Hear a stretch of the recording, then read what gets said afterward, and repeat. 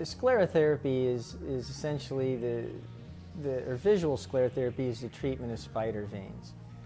They're very easily treated with injection sclerotherapy. I'm going to say a thing or two about laser. Laser's sexy. Some people think, oh, can't we get rid of my spider veins with laser?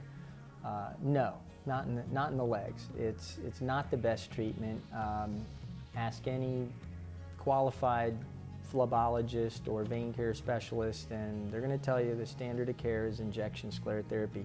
Laser's great for the face or smaller veins, but not in the legs.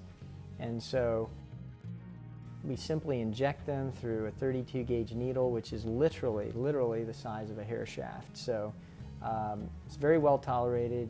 We've never, at Vein 911, we've never had anybody hit us, cuss, or leave for anything that we do. Never had anybody say, stop, hold the phone, I can't take it anymore. So these small needles are very well tolerated.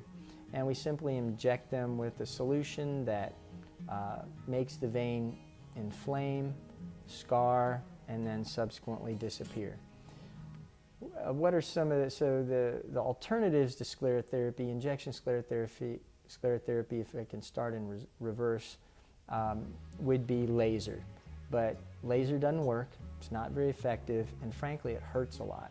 You know, when we see patients who've formerly undergone laser treatment of their spider veins, they're usually very skittish. They're what I call those rear view mirror patients who've been treated elsewhere, and they're kind of skittish, not only because it hurt a lot, but because it didn't work. And so they're wondering, will this guy really be able to help me? And basically we will be able to help them through injection sclerotherapy. So the only alternative I'm aware of would be laser. The benefits are you're going to look a heck of a lot better. I mean, there's no reason these days to live with spider veins. You know, let's pick on the ladies here. You know, who doesn't want to look better? Guys and ladies. But you know, we spend all sorts of money on clothes and other treatments to make us look better, and it fascinates me the number of folks who won't seek out treatment for their spider veins, or they hide them. You know, if a lady's wearing long pants more than about 2 or 3 days, I can pretty much guarantee you they have a vein issue going on. Treatments these days are so effective and cause so little discomfort that it's crazy not to get them treated. So what are the risks of sclerotherapy? The main risk of sclerotherapy is it's going to look worse before it looks better. You've got to inflame these veins to make them scar up and go away. So that's one of the risks. If you're getting ready to go to the beach in a week, or go to show your legs in a week or two, would not get spider vein sclerotherapy, because it's going to take a while before they look better. There are very rare allergies to sclerosing agent, or the liquid or the foam agent that we inject. Very rare allergies. 10% of the areas of spider veins that we treat are going to get hyperpigmented. That's a fancy word for blood leaks out of the spider vein, the iron in the blood stains the skin. It's kind of like a cheap, ugly tattoo.